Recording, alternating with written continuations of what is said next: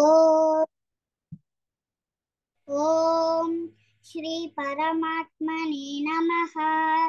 श्रीमद् भगवद गीता अथ अष्टमोऽध्यायः।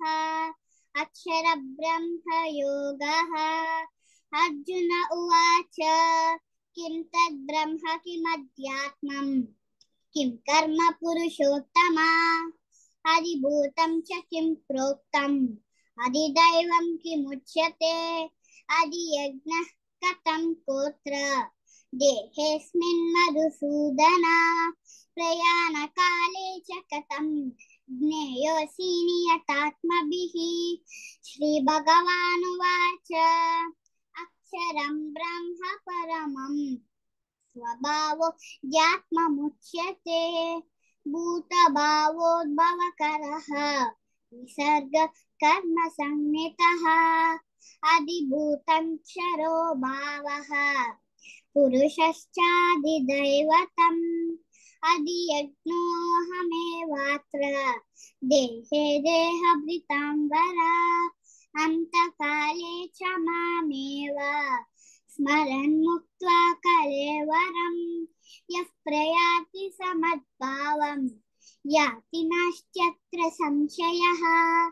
यं यं वापि स्मरन् भावं त्यजत्यं ते कलेवरं तं तमेवैति कौन्तेय सदा तत् भावभावितः।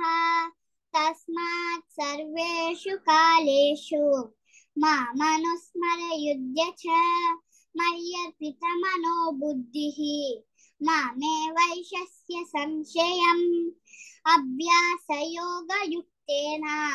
चेतसा नान्यगामिना परमं पुरुषं दिव्यं याति पार्थानुचिन्तयन् कविं पुराणमनुशासितारम् अनूरणीयां समनुस्मरेद्यः सर्वस्य दातारमचिन्त्य रूपम् आदित्यवर्णं तमसः परस्तात् प्रयाणकाले मनुसाचलेन भक्त्या युक्तो योगबलेन चैव भ्रोर्मध्ये प्राणमावेश्य सम्यक् सतं परं पुरुषमुपैति दिव्यम्